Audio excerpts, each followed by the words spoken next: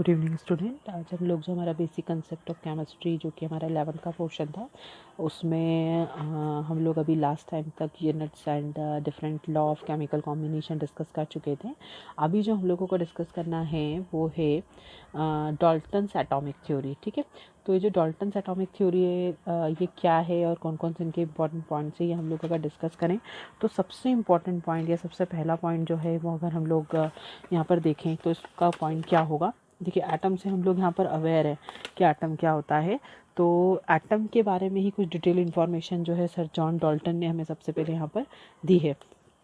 तो ये जो थ्योरी है वो किसके थ्रू प्रपोज की गई है, तो सबसे पहले प्रपोज करने वाले पर्सन का जो नाम है दैट इज़ जॉन डाल्टन। ठीक है, 1808 के अंदर जॉन डाल्टन ने क्या करा था, इस थ्योरी को सबसे पहले प्रपोज किया था जिसे हम डाल्टन एटॉमिक थ्योरी कहते हैं। ठीक है, देखिए ये जो थ्योरी है ना इसको लेकर एक कंट्रोवर्सी है। क्या कंट्रोवर्सी है कि जो इन्फॉर्मेशन यहाँ एटम के बारे में हमें दी गई है ये इन्फॉर्मेशन तो ऑलरेडी इंडियन पीपल के पास में प्रेजेंट थी। जैसे आपने 9th में पढ़ा भी होगा ऋषि कणाद के बारे में। ठीक है, हमारे एक इंडियन साइंटिस्ट थे जिनका नाम था ऋषि कणाद।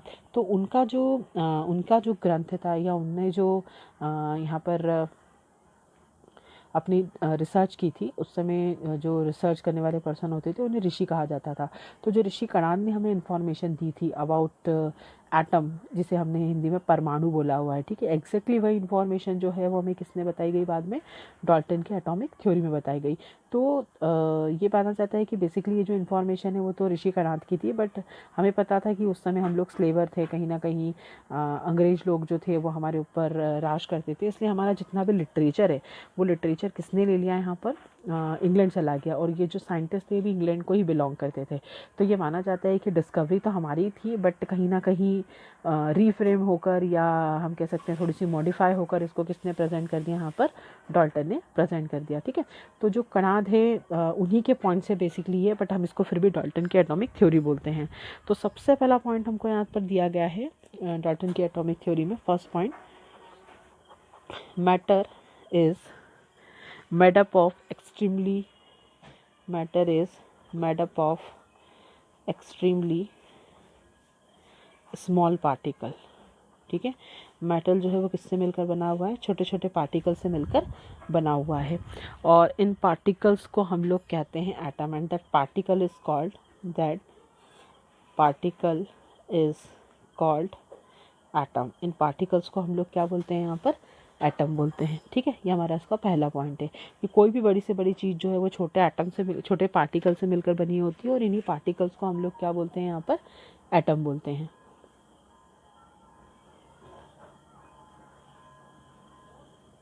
दूसरा पॉइंट हमें यहाँ पर दिया गया है कि atom of the same element are identical in all respect.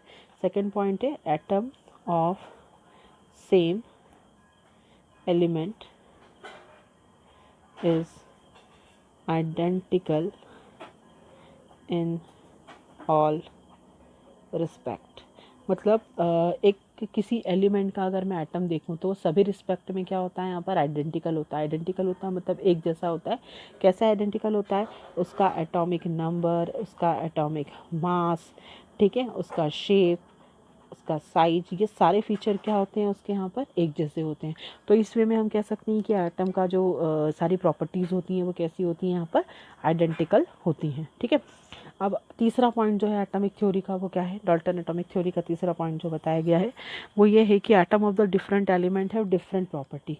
ठीक है, ऊपर वाले पॉइंट का यहाँ पर just opposite, atom of the different element have different property, or we can say they have different dimension, means in the above point we say that the element is identical in all respect, है ना, the atom of the same element is identical in all respect, but in this point thing is just revert। Suppose we have different type of element, तो हमारे पास अगर अलग अलग element है तो उसकी एलिमेंट के जो एटम है वो भी अलग अलग होगा, एंड डेफिनेटली उसकी जो प्रॉपर्टी वो भी क्या होगी, अलग अलग होगी। इसको ऐसे समझ सकते हैं, अगर सपोज पर मेरे पास में पार्टिकल है किसके, सिल्वर के, और मेरे पास पार्टिकल है गोल्ड के, तो सिल्वर के पार्टिकल्स को जो मैं ब्रेक करूँगी तो उनका शेप, साइज, उनका एटॉमिक नंबर और मास अलग होगा, अपीयरेंस भी अलग होगा, वो सिल्वरी वाइट होंगे। जबकि अगर मैं गोल्ड के पार्टिकल को यहाँ पर ब्रेक करूँगी तो उनका अपीयरेंस कुछ और होगा, वो सब शाइनी येलो कलर के होंगे, उनका एटॉमिक नंबर अलग होगा, उनका उनका एटॉमिक मास अलग होगा, ठीक है। तो ये पॉइंट यहाँ पर बता रहा है थर्ड पॉइंट कि अगर हम डिफरेंट टाइप के एलिमेंट को लेते हैं तो उनकी प्रॉपर्टी भी क्या होती है यहाँ पर डिफरेंट होगी। और अगर हमने एक ही टाइप के एलिमेंट को लिया, सपोज करो मैंने एल्यूमिनियम को ही लिया है, कहीं से भी मैं एल्यूमिनियम को लेकर आती हूँ और उसके पार्टिकल्स को अगर हम ब्रेक करते हैं तो जितने भी पार्टिकल्स होंगे they all are identical in nature. किस तरह का नेचर उनका सेम होगा, तो उनका एटॉमिक नंबर सेम होगा, उनका एटॉमिक मास सेम होगा, उनका शेप सेम होगा और उनका साइज सेम होगा, ठीक है। तो ये प्रॉपर्टीज़ उनकी सेम होती है। वैसे बहुत सारी प्रॉपर्टीज़ हैं बट जनरली सिमिलरिटीज़ हम लोग इसी पॉइंट पर मार्क करते हैं ना। फोर्थ पॉइंट हमें बताया गया है, देखिए फोर्थ पॉइंट क्या होगा यहाँ पर, एटम ऑफ द सेम और the different element combined together to form compound, ठीक है। हमें यहाँ पर ये बताया गया fourth point, atom of same और different element combined together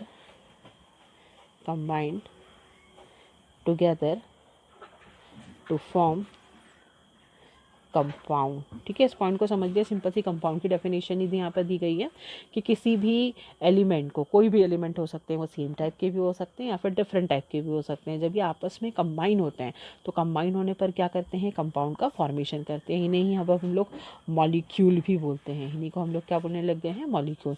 suppose करो सेम टाइप के एलिमेंट अगर मैं ले रही हूँ, मैंने hydrogen combined with hydrogen then it form hydrogen molecule. Similarly oxygen combined with oxygen then it form oxygen molecule. Nitrogen combined with nitrogen, इधर triple bond है, ये बनाएगा नाइट्रोजन का मॉलिक्यूल। तो ये सब होमो मॉलिक्यूल है, ठीक है। वैसे अगर मैं हिट्रो की बात करूँ तो मैंने हाइड्रोजन कंबाइंड विथ ऑक्सीजन, ठीक है, then it form water molecule. When carbon combined with oxygen then it form carbon dioxide molecule. तो ये हमारा फोर्थ पॉइंट है कि जो एटम होते हैं सेम और डिफरेंट एलिमेंट के, वो आपस में कंबाइन होते हैं और इस तरह से कंपाउंड का या मॉलिक्यूल का फॉर्मेशन करते हैं, ठीक है। ये हमारा फोर्थ पॉइंट हो गया। अब फिफ्थ पॉइंट की हम लोग यहाँ पर बात करें, ये पॉइंट क्या है,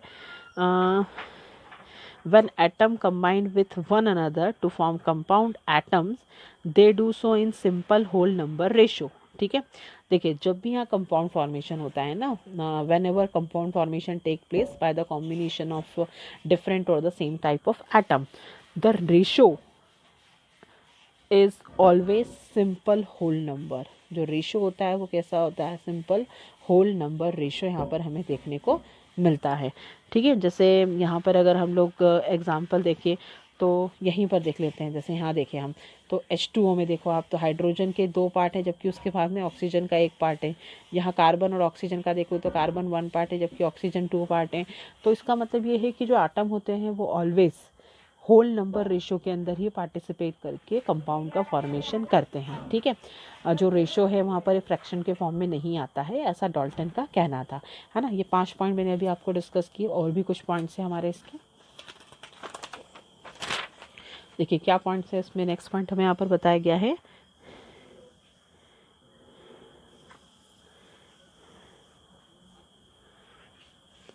एटम ऑफ द 2 एलिमेंट में कंबाइंड, है ना। 6 पॉइंट हमको दिया गया है, एटम ऑफ द 2 एलिमेंट में combine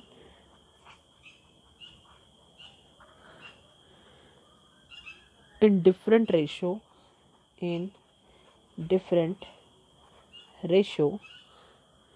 to form more than one compound,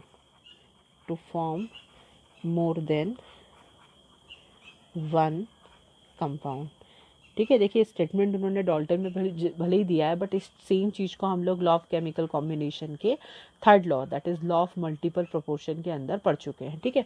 तो ये क्या है लॉ, ये हमें क्या बता रहा है, ये वाला जो पॉइंट है ये हमें शो कर रहा है कि सपोज करो एक एलिमेंट है, वो एक डेफिनेट एलिमेंट के साथ में क्या करता है, रिएक्ट करता है जिसका कि डेफिनेट वेट है। अगर सेम एलिमेंट दूसरे एलिमेंट के डिफरेंट वेट के साथ में रिएक्ट करता है देन उस समय रेशो क्या हो जाएगा, यहाँ पर चेंज हो जाएगा, ठीक है। तो एग्जांपल में अगर हम लोग ले, when sulphur combine with the oxygen then it form sulphur dioxide, ठीक है।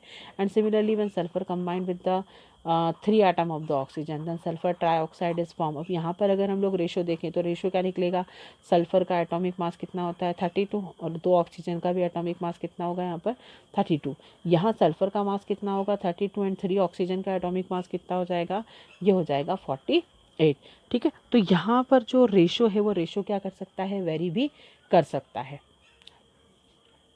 है ना। इस तरह का भी मतलब कंपाउंड का फॉर्मेशन यहाँ पर होता है जो कि लॉ ऑफ मल्टीपल प्रोपोर्शन पर बेस्ड होता है। नाउ फोर्थ पॉइंट से सेवंथ पॉइंट हमें यहाँ पर बताया गया है। मैंने अभी तक जो लास्ट पॉइंट है वो डिस्कस करें, अब जो अगला पॉइंट है वो हमें यहाँ पर बताया गया है। वो पॉइंट क्या है, देखिए,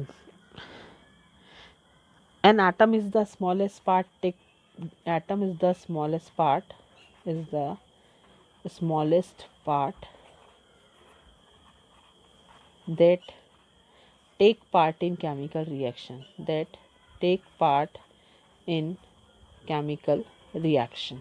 ठीक है। मतलब एटम जो होता है वो एक स्मॉलेस्ट पार्ट होता है जो कि किसी केमिकल रिएक्शन को कंप्लीट कराने में हमारी हेल्प करता है ना। मतलब एटम से छोटे हम किसी को नहीं बोल सकते। हम एक कोई पॉइंट यहाँ पर देखेंगे कि एटम इज़ इनडिविजिबल। ये हमारा पहला ही पॉइंट होना था कि एटम कैसा होता है, हमारा इनडिविजिबल होता है, मतलब इसे हम कट नहीं कर सकते, इसका विनाश नहीं किया जा सकता। तो सबसे छोटा पार्ट क्या मिला हमें, एटम मिला। तो एटम से छोटा तो कोई पार्ट होगा ही नहीं मैटर का, इसलिए किसी केमिकल रिएक्शन को कंप्लीट कराने की रिस्पॉन्सिबिलिटी किसकी होती है, यहाँ पर एक एटम की होती है। ठीक है, तो किसी भी केमिकल रिएक्शन को कंप्लीट कराने में जो पार्टिसिपेट करता है मैटर का part, that part is known as atom. ठीक है, नाउ नेक्स्ट पॉइंट हमें यहाँ पर बताया गया है, atom is neither created nor destroyed. अगला जो पॉइंट है, एटम इज नीदर क्रिएटेड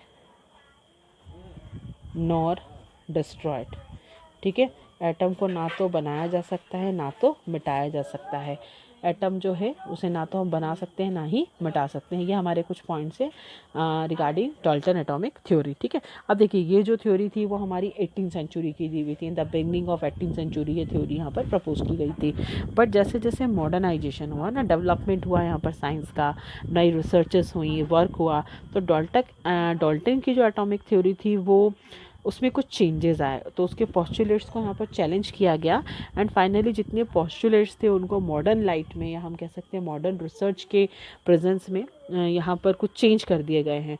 तो अब जो डाल्टन की एटॉमिक थ्योरी है वो चेंज हो गई है एंड प्रेजेंटली हम लोग पढ़ते हैं यहाँ पर मॉडर्न एटॉमिक थ्योरी, जो ज़्यादा रिलायबल है या हम कह सकते हैं ज़्यादा स्कोपिक है।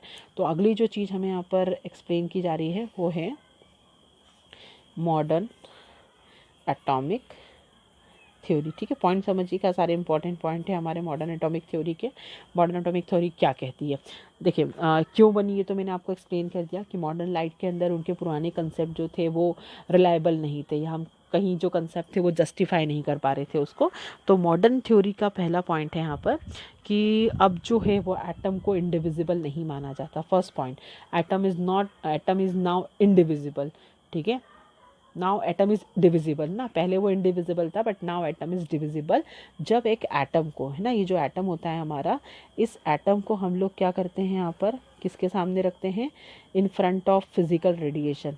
ठीक है, फिजिकल रेडिएशन जो होते हैं इनके सामने जब हम एटम को टारगेट करते हैं तो ये एटम जो है हमारा टूट गया है, और क्या बनाया है इसने, सब एटॉमिक पार्टिकल, इलेक्ट्रॉन, प्रोटॉन और न्यूट्रॉन बना दिए। ठीक है, तो अब हम बोल सकते हैं कि एटम जो होता है वो क्या होता है, डिविजिबल होता है। ठीक है, तो इससे 2 पॉइंट प्रूव हुए कि एटम डिविजिबल भी हो गया और एटम को हम डिस्ट्रॉय भी कर सकते हैं, हम इसे क्रिएट भी कर सकते हैं और हमें डिस्ट्रॉय भी कर सकते हैं।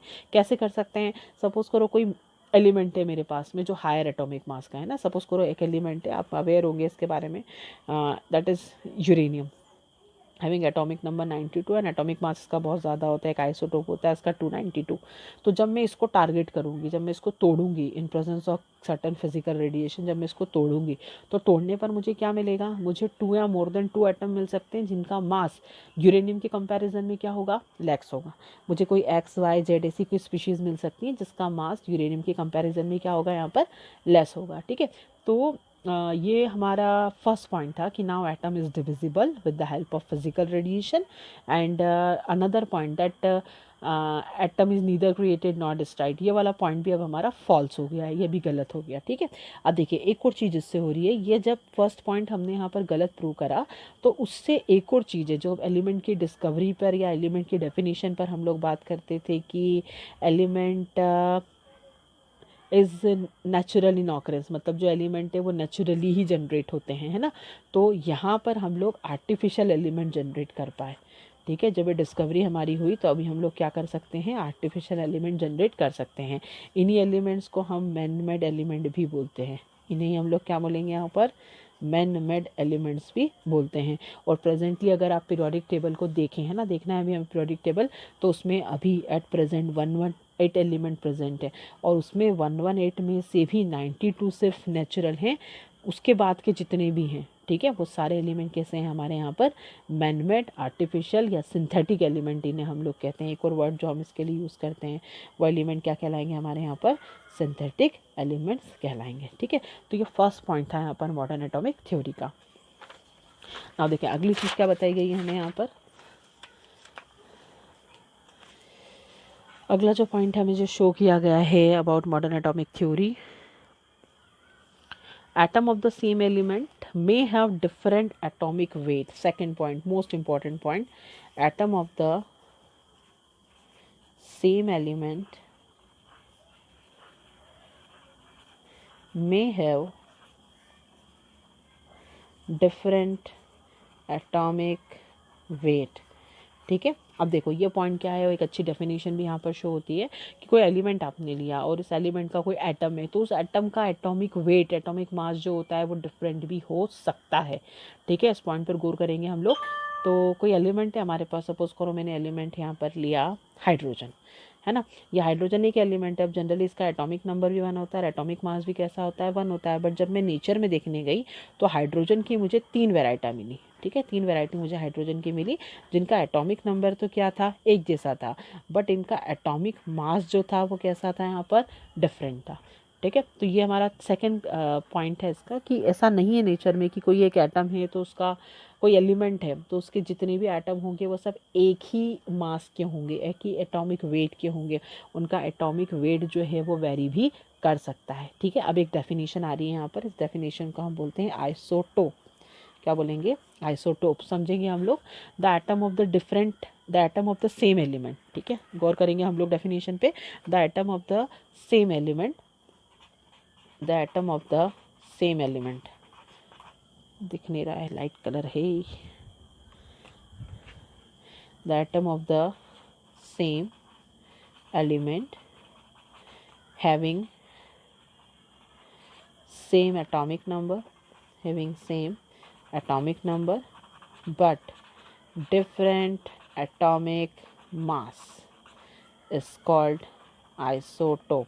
इसको हम लोग क्या बोलते हैं यहाँ पर, आइसोटोप, ठीक है। तो आइसोटोप मतलब क्या होगा, ये किसी एलिमेंट है, कोई पर्टिकुलर एलिमेंट है, उसके एटम है जिनका एटॉमिक नंबर तो सेम है बट एटॉमिक मास क्या है यहाँ पर, वेरी कर रहा है। तो ऊपर जो मैंने एग्जांपल दिए हैं यहाँ पर हाइड्रोजन के, उसमें फिर से लिखूंगी ताकि मैं उसके नाम भी लिख सकूँ। 3 एग्जाम्पल है मेरे पास, 1H1, 2H1 and 3H1। Nature में 3 तरह के आइसोटोप हमें मिलते हैं। सबसे ज़्यादा जो मिलता है वो मिलता है 1H1। इसके अंदर क्योंकि एक ही इलेक्ट्रॉन प्रेजेंट है तो इसे हम प्रोटियम बोलते हैं, मास जो है इसका वो 1 है। दूसरे के अंदर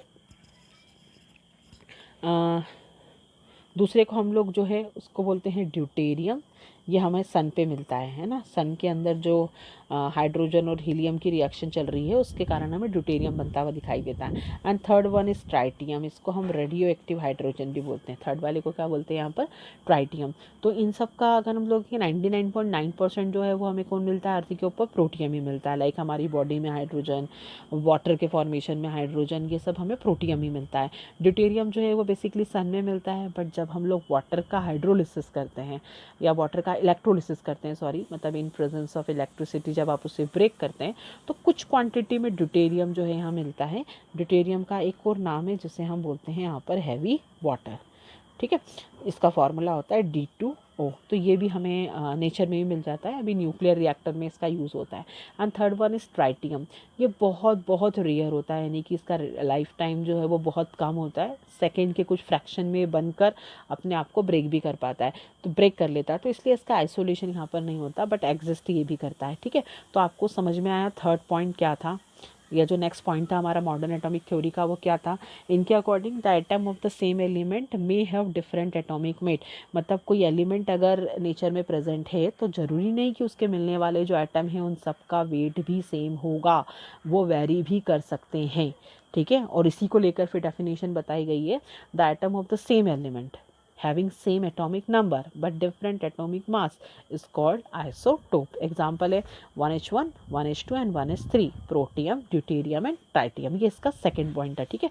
अब इसी से जस्ट अपोजिट डेफिनेशन या अपोजिट पॉइंट आएगा। थर्ड पॉइंट की मैं बात कर रही हूँ यहाँ पर। देखिए थर्ड पॉइंट क्या बताया गया यहाँ पर,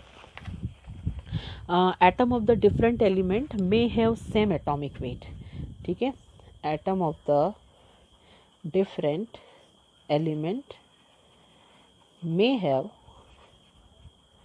different atomic weight, ठीक है। अगर आप डिफरेंट एलिमेंट लेते हैं ना, आप क्या ले रहे हैं यहाँ पर, डिफरेंट एलिमेंट। तो जो डिफरेंट एलिमेंट आपने लिए हैं, तो हमने तो अभी डाल्टन के पॉइंट में कहा था कि जो एलिमेंट अगर डिफ़र कर रहा है तो उसका मास भी डिफ़र करेगा, तो that is not true at all. अब मॉडर्न लाइट में अगर हम लोग देखें तो डिफरेंट टाइप के एलिमेंट का जो वेट है वो सेम भी हो सकता है, ठीक है। मतलब the atom of the different element may have, different नहीं आएगा यहाँ पर, सेम आएगा ना, मैंने पॉइंट जो लिखा है यहाँ पर आ जाएगा same. The atom of the different element may have same atomic weight. अगर मैं डिफरेंट टाइप के एलिमेंट को यहाँ पर लूँ तो इनका एटॉमिक वेट जो है वो क्या हो सकता है, यहाँ पर सेम भी हो सकता है, ठीक है। तो इस तरह के एटम्स को हम लोग क्या कहते हैं, यहाँ पर आइसोबार्स कहते हैं। तो एक और इम्पॉर्टेंट डेफिनेशन आ रही है, इसे हम लोग नोट करेंगे। डेफिनेशन कहलाएगी हमारी आइसोबार्स। अब आइसोबार्स क्या होता है हम लोग समझें। The atom of the different element, इसको बोलेंगे हम the atom of different element having same mass number but different atomic number, ठीक है। जो एलिमेंट है उनके एटॉमिक नंबर तो पूरी तरह से अलग है, बट उनका मास नंबर यानी कि एटॉमिक मास क्या होता है यहाँ पर, एक जैसा होता है। और ऐसी एंटाइटी, ऐसी स्पीशीज़ को हम लोग बोलते हैं यहाँ पर आइसोबार्स। तो आइसोबार के एग्जांपल में अगर आपको यहाँ पर दूँ तो एग्जांपल है आइसोबार्स के। देखिए डेफिनेशन जो है वो बहुत इंपॉर्टेंट है, किसी ना किसी फॉर्म में हमसे पूछी जाती है। अब देखिए एग्जांपल मैं आपको दे रही हूँ, argon and calcium. The atomic number of argon is 18, calcium का एटॉमिक नंबर 20 होता है, ठीक है। एंड अगर मैं इसके मास की बात करूं तो दोनों का मास नंबर क्या होता है, यहाँ पर सेम होता है। तो हो गई definition, the atom belongs to different category बस is different atomic number but the mass number is same. दोनों का मास क्या है, सेम है, इसलिए इन्हें हम लोग क्या बोलते हैं यहाँ पर, आइसोबार्स बोलते हैं, ठीक है। तो ये हमारा आइसोबार्स हुआ, ये हमारा नेक्स्ट पॉइंट जो मैंने क्लियर करा। अब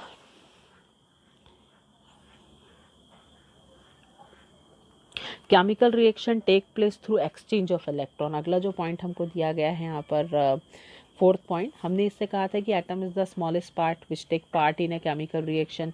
तो ये भी चीज़ पूरी तरह से सही नहीं है ना। जो केमिकल रिएक्शन होती है इट इज़ ऑकर और it is completed due two electron, ठीक है। Due two electron chemical reaction completed, मतलब किसी केमिकल रिएक्शन को कंप्लीट कराने के लिए जो एंटाइटी रिस्पॉन्सिबल होती है, that entity is known as negatively charge particle, that is electron. तो due to exchange of electron और due to participation of electron क्या होता है, केमिकल रिएक्शन हमारी कंप्लीट होती है, ठीक है। तो इससे पहले हम लोग बोल रहे थे कि एटम करता है, बट नाउ एटम नहीं करता, वो कौन करता है, इलेक्ट्रॉन करता है। तो ये वाला पॉइंट भी हमारा गलत हुआ।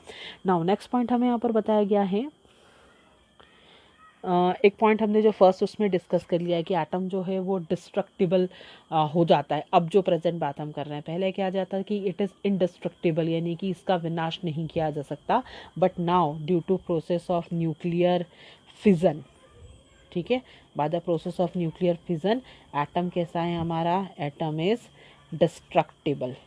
कैसा हो जाए हमारा एटम, डिस्ट्रक्टिबल, मतलब एटम का हम लोग विनाश भी कर सकते हैं। और कहीं ना कहीं यही प्रिंसिपल के थ्रू हम लोग जो एक्सप्लोजिव मटेरियल होते हैं, हाइड्रोजन फ्यूजन वगैरह होते हैं, उसको हम लोग यहाँ पर बना सकते हैं। जैसे हाइड्रोजन बम वगैरह का कंसेप्ट यही होता है इनके प्रिपरेशन का, जिसमें कि हम बड़े एलिमेंट को ब्रेक कर करके छोटे एलिमेंट का फॉर्मेशन करते हैं, ठीक है ना। एक और पॉइंट हमें दिया गया है कि जब भी हम लोग कंपाउंड का फॉर्मेशन करते हैं, जो लास्ट हम लोगों ने डिस्कस किया था डाल्टन की एटॉमिक थ्योरी में, कि जब हम लोग डिफरेंट कंपाउंड का फॉर्मेशन करते हैं तो वो जो रेशो होता है, this ratio is always fixed and it is simple ratio, ठीक है। ये फैक्ट उन्होंने दिया था कि जब कंपाउंड बनते हैं तो जो रेशो बनता है वो ऑलवेज कैसा होता है, फिक्स होता है एंड सिंपल रेशो होता है।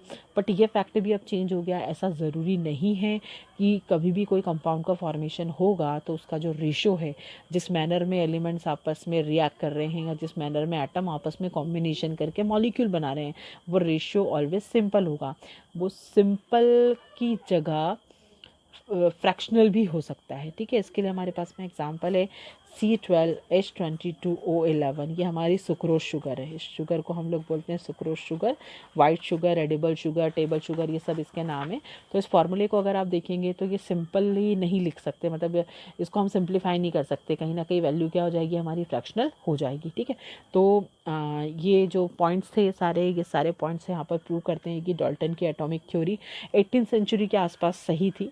उस समय उन्होंने एटम के बारे में कंप्लीट इन्फॉर्मेशन दिया। बट राइट नाउ क्योंकि रिसर्च आ चुके हैं, हमारे पास में कुछ और प्रूव्ड स्टडीज़ हैं जिसकी बेसिस पर सारे जो उनके ऑब्जर्वेशन थे वो चेंज होकर एक नई थ्योरी बनी है, and that theory is known as modernisation of Dalton atomic theory, या इसको हम बोलते हैं मॉडर्न एटॉमिक थ्योरी, ठीक है। अब छोटी छोटी सी डेफिनेशन हमें यहाँ पर दी गई हैं। What is atoms and molecule, समझेंगे हम लोग एटम एंड मॉलिक्यूल क्या होता है ना। अगला जो हमारा कंसेप्ट है उस कंसेप्ट की हम लोग बात करें तो अगला डेफिनेशन हमें दिया गया है एटम। देखिए एटम क्या होता है। Atom is the smallest particle of an element which can take part in a chemical reaction. देखिए डेफिनेशन में वही बोल रही हूँ जो डाल्टन ने बताई गई है, बट ये डेफिनेशन अब चेंज हो चुकी है। मॉडर्न लाइट में डेफिनेशन क्या हो गई हमारी, यहाँ पर चेंज हो गई है। बट एक बात सही है कि एटम जो है, भले हम उसको डिस्ट्रक्ट कर सकते हैं, हम उसको ब्रेक कर दिए हैं, बट एटम जो है वो इंडिपेंडेंट एग्जिस्टेंस शो नहीं करता, ठीक है। एटम जो है it is not capable to show independent existence. मतलब एक एटम को अगर मुझे अकेला रखना है तो एक एटम जो है वो अकेला नहीं रह सकता। But exception is always there. कुछ नॉबल केसेस है हमारी, उनके हमेशा हमें क्या देखने को मिलते हैं, एटम ही देखने को मिलते हैं। जैसे लाइक हीलियम हुआ, नियॉन हुआ, ऑर्गन हुआ, इनके ऑलवेज क्या देखने को मिलते हैं, हमें सिंगल एटम ही देखने को मिलते हैं। तो एटम की डेफिनेशन को फिर से समझेंगे हम लोग। एटम स्मॉलेस्ट पार्ट होता है हमारे एलिमेंट का जो कि केमिकल रिएक्शन में पार्टिसिपेट करता है, ठीक है। And it is not capable to exist itself independently, मतलब ये अपने आप को इंडिपेंडेंटली एग्जिस्ट नहीं करवा सकता है, ठीक है। अब अगली बात हम लोग कर रहे हैं यहाँ पर मॉलिक्यूल की। जो अगली डेफिनेशन है वो डेफिनेशन है हमारी यहाँ पर मॉलिक्यूल। मॉलिक्यूल क्या है ये बात हम लोग करें तो मॉलिक्यूल क्या होगा, it is the smallest particle of an element. It is the smallest particle of an element और कंपाउंड, है ना। अभी एक वर्ड जुड़ गया इसमें कंपाउंड। ये किसी एलिमेंट या कंपाउंड का क्या हो सकता है, स्मॉलेस्ट पार्टिकल हो सकता है जो कि which is capable of the independent existence, है ना। Which is capable of independent existence, मतलब पूर्णतः स्वतंत्र होने के लिए, मतलब ये अपने आप को फुल्ली क्या कर सकता है, इंडिपेंडेंट रखकर अपने आप को शो कर सकता है। तो उसे हम लोग क्या बोल सकते हैं, मॉलिक्यूल बोल सकते हैं। अब मॉलिक्यूल जो होता है वो दो टाइप के हो सकते हैं। कैसे दो टाइप के हो सकते हैं, ये होमो एटॉमिक भी हो सकता है या फिर ये हेटेरो एटॉमिक भी हो सकता है, ठीक है। फर्स्ट जो होगा उसे हम लोग क्या बोलेंगे यहाँ पर, होमो एटॉमिक, ठीक है। होमो एटॉमिक होगा मतलब कि सेम टाइप के एटम के कॉम्बिनेशन से मिलकर ये मॉलिक्यूल बनते हैं। जब आप इसको देखेंगे तो जो मॉलिक्यूल होते हैं वो एक ही तरह के एटम के कॉम्बिनेशन से मिलकर बनते हैं। जैसे होमो एटॉमिक में अगर मैं बात करूँ तो नाइट्रोजन है, ऑक्सीजन है, हाइड्रोजन है, ये होमो एटॉमिक के एग्जाम्पल हो गए। इनमें जो कॉम्बिनेशन है वो सेम टाइप के एटम से मिलकर बना हुआ है, ये होमो एटॉमिक हो गए। इसी में अगर हम लोग बात करें तो दूसरा हमारा हो जाएगा हेटेरो एटॉमिक। अगला जो हो जाएगा वो क्या होगा, हेटेरो एटॉमिक। तो हेटेरो एटॉमिक मतलब क्या होगा, these molecule are made up of different atom of different element, ठीक है। इस तरह के जो मॉलिक्यूल होते हैं वो अलग अलग एलिमेंट के, अलग अलग एटम के कॉम्बिनेशन से मिलकर बनते हैं। तो हमारे पास एग्जाम्पल है water, ammonia, methane, carbon dioxide, ऐसे बहुत सारे एग्जाम्पल है। जितने कंपाउंड्स होते हैं वो हेटेरो एटॉमिक के एग्जाम्पल में आप लिख सकते हैं, ठीक है। तो इन दिस वे मैंने आपको अभी Dalton atomic theory, then modernisation of atomic theory and simple concept of atom and molecule अभी तक बताया, ठीक है। नाउ नेक्स्ट हमें बताया गया है difference between atom and molecule, तो इसे हम डिस्कस कर लेते हैं। Like atom, atom is the smallest particle of the element which does not exist independently, ठीक है। एटम क्या होता है? स्मॉलेस्ट पार्टिकल होता है एलिमेंट का जो कि इंडिपेंडेंटली एग्जिस्ट नहीं कर सकता, जबकि मॉलिक्यूल ऐसा कर सकता है। वो भी स्मॉलेस्ट पार्ट है किसी एटम और मॉलिक्यूल का, बट फिर भी वो इंडिपेंडेंटली एग्जिस्ट कर सकता है, ठीक है। नाउ दूसरा बताया गया है मॉलिक्यूल जो है this does not take part in chemical reaction, molecule जो है वो केमिकल रिएक्शन में पार्टिसिपेट नहीं करता। It it does not take part in chemical reaction, molecule की अगर मैं बात करूं तो, जबकि एटम जो होता है वो एटम क्या करता है? केमिकल रिएक्शन में पार्टिसिपेट करता है, ठीक है। नाउ मॉलिक्यूल की बात करूं तो मॉलिक्यूल जो होता है वो एक केमिकल रिएक्शन के दौरान डिवाइड हो जाता है, जबकि एटम जो होता है वो केमिकल रिएक्शन के दौरान डिवाइड नहीं होता, ठीक।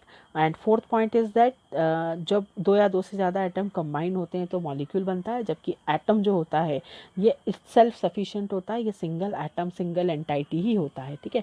तो इन दिस वे मैंने एटम और मॉलिक्यूल के डिफरेंस आपको बताए। नेक्स्ट जो हमारा लेक्चर होगा उसके अंदर कुछ और डेफिनेशन है, छोटी छोटी सी डेफिनेशन, छोटी होने के साथ वो इम्पॉर्टेंट भी उतनी ही है और उन पर बेस्ड न्यूमेरिकल भी बनते हैं, वो मैं आप लोगों को एक्सप्लेन करूँगी।